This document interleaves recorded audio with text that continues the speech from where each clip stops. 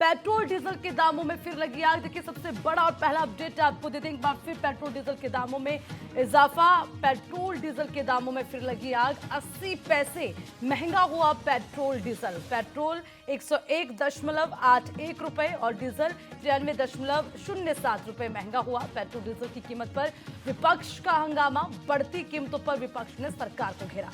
विरोध में कांग्रेस सांसद आज विजय चौक पर करेंगे प्रदर्शन। देखिए, बड़ा अपडेट आपको दे दें, जहां पर आम जनता बढ़ती महंगाई से परेशान है, पेट्रोल डीजल की बढ़ती कीमतों से परेशान है, तो वहीं पर अब बैठे बिठाए विपक्ष को भी एक मुद्दा मिल गया कि आखिर लगातार पेट्रोल डीजल की कीमतें बढ़ रही है, तेल महंगा हो रहा है, जिसका सीधा बोझ आम जनता की जेब पर पड़ रहा है। इसीलिए पेट्रोल डीजल की कीमतों पर विपक्ष का हंगामा देखने को मिल रहा है और आज भी विपक्षी पेट्रोल डीजल की बढ़ती कीमतों को लेकर प्रदर्शन करेंगे, विरोध करेंगे, क्योंकि लगातार हर दिन पेट्रोल डीजल की कीमतें बढ़ रही हैं। देखिए, ये ट्वीट भी आपको दिखा दें, पेट्रोल डीजल की बढ़ती कीमतों को लेकर जो है राहुल गांधी ने भी ट्वीट किया है। तो उन्होंने अपने इसमें लिखा है कि प्रधानमंत्री की डेली टू डू लिस्ट, जिसमें उन्होंने लिखा है पेट्रोल डीजल गैस का रेट कितना बढ़ाऊं, लोगों की खर्चे में पे पर्चा कैसे रुकवाऊं और इसी के साथ युवा को रोजगार के खोखले सपने कैसे दिखाऊं, आज किस सरकारी कंपनी को बेचूं। और इस तरह से अपने ट्वीट में तंज कसते हुए पीएम मोदी पर राहुल गांधी ने निशाना साधा और आखिरी में उन्होंने लिखा है किसानों को और लाचार कैसे करूं। देखिए, तो कहीं ना कहीं ये 5 पॉइंट, जिसमें उन्होंने सबसे पहले हेडलाइन दे दी प्रधानमंत्री की डेली टू डू लिस्ट, जिसमें सीधे तौर पर पीएम मोदी पर तंज कसते हुए इन 5 पॉइंट्स में किसानों को भी साधते हुए किसानों के लिए तंज कस दिया कि किसानों के हक में जो है कभी भी पीएम मोदी नहीं रखे हैं, इसलिए हर बार वो इस तरह के ट्वीट करते हैं। ये राहुल गांधी का कहना है और उनका ट्वीट भी हम आपको दिखा रहे हैं। हालांकि पेट्रोल डीजल गैस के बढ़ते रेट को लेकर भी फर्स्ट पॉइंट में उन्होंने लिखा है। दूसरे पॉइंट में खर्चे पे चर्चा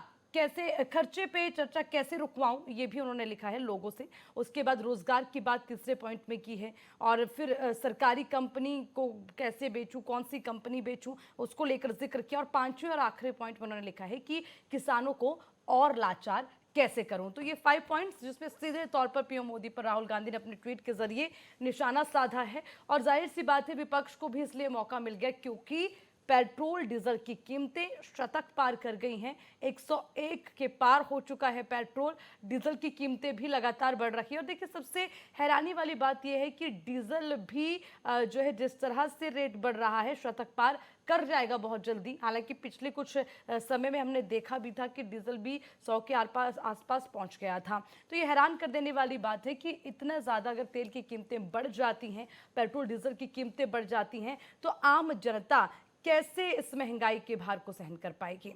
और देखिए, लगातार विपक्ष भी विरोध कर रहा है और राहुल गांधी ने ट्वीट कर दिया है। विपक्षी भी आज विजय चौक पर इसी पेट्रोल डीजल की बढ़ती कीमतों को लेकर विरोध प्रदर्शन करेंगे। और उसी के साथ समझने वाली बात ये कि आखिर जो है आम जनता कैसे इससे निपटे, ये बड़ी बात है। तो देखिए, फिर से पेट्रोल डीजल की कीमतों में उछाल, 80 पैसे प्रति लीटर का इजाफा किया गया है। कच्चे तेल की बात करें तो वैश्विक मानक ब्रेंट क्रूड ऑयल, जिसमें 1.88% की तेजी के साथ $112.30 प्रति बैरल हो गया है, जिसकी वजह से पेट्रोल डीजल की कीमतें बढ़ रही हैं। देखिए, 22 मार्च 2022 से पेट्रोलियम ईंधनों में दाम लगातार बढ़ रहे हैं और ये सिलसिला 22 मार्च से शुरू हुआ। 10 मार्च के बाद 22 मार्च से लगातार कीमतों में उछाल देखने को मिल रहा है और अभी तक लगातार बढ़ रही हैं कीमतें। तो पिछले 9 दिनों में 8 बार पेट्रोल डीजल की कीमतें बढ़ चुकी हैं।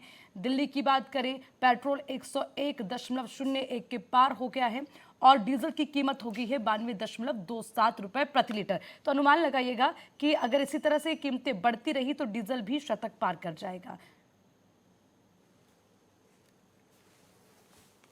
चलिए, इसी पर ज्यादा अपडेट के लिए मेरे सहयोगी रमेश हमारे साथ फोन लाइन पर जुड़ गए हैं, उनसे जानकारी लेंगे। रमेश जी, पेट्रोल डीजल की कीमतें हर दिन बढ़ रही है। चुनाव के बाद से आज 9वीं बार ऐसा है कि पेट्रोल डीजल की कीमतों में इजाफा हुआ है। क्या माने, ऐसे इंस्टॉलमेंट में जो है जनता को झटका दे रही सरकार?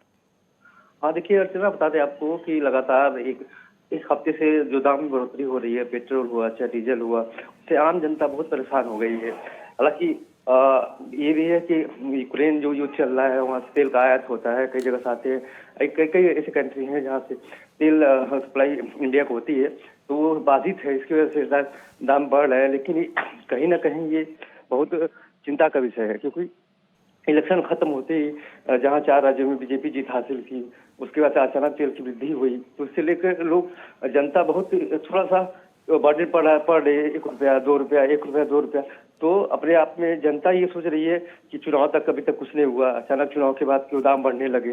तो इसी बात से जब पॉकेट पे असर पड़ता है तो ये चिंता की विषय होता है उनके लिए।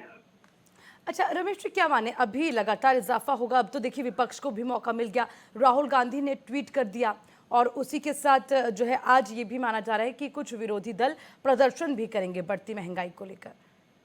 देखिए चुनाव बता दें आपको कि लाजमी है, जब सत्ता पक्ष बैठा होता है तो विपक्ष को एक मुद्दा चाहिए। तो ये महंगाई बहुत बड़ी समस्या है। जी। इसको लेकर चाहे चुनाव हो, पिछली बार जो भी चुनाव हुए हैं उसको भी दोहराती रही विरोधी दल, हमेशा हर बार मुद्दा ये बनाते रहे कि महंगाई इतनी चरम पे है, आटा तेल दाम सबके भाव बढ़ रहे हैं, तो आम जनता कहाँ जाएगी, कितना असर पड़ रहा है, चाहे सिलेंडर हो चाहे कुछ भी।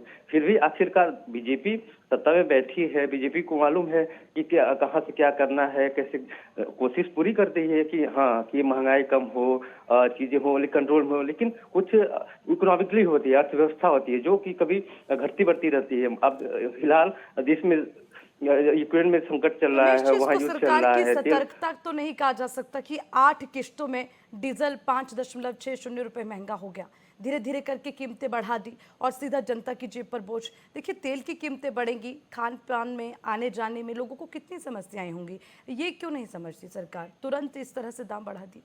हाँ, जाहिर सी बात है और लाजमी है। जब आप पेट्रोल डीजल ये सब के दाम बढ़ेंगे तो सप्लाई बाधित होगी, ट्रांसपोर्ट होगा, जो कहीं से माल आएगा जाएगा उसमें भी उसकी इजाफा होगा। तो छोटी छोटी चीजों से ही आगे की वृद्धि जो होती है, जैसे आप मान लीजिए कहीं से ट्रांसपोर्ट कोई चीज हो रही है, मंडी में अनाज आ रहा है या कुछ भी जा रहा है, तो ट्रांसपोर्टेशन में बढ़ जाएगा तो चार्ज ऑटोमेटिक बढ़ जाएगा।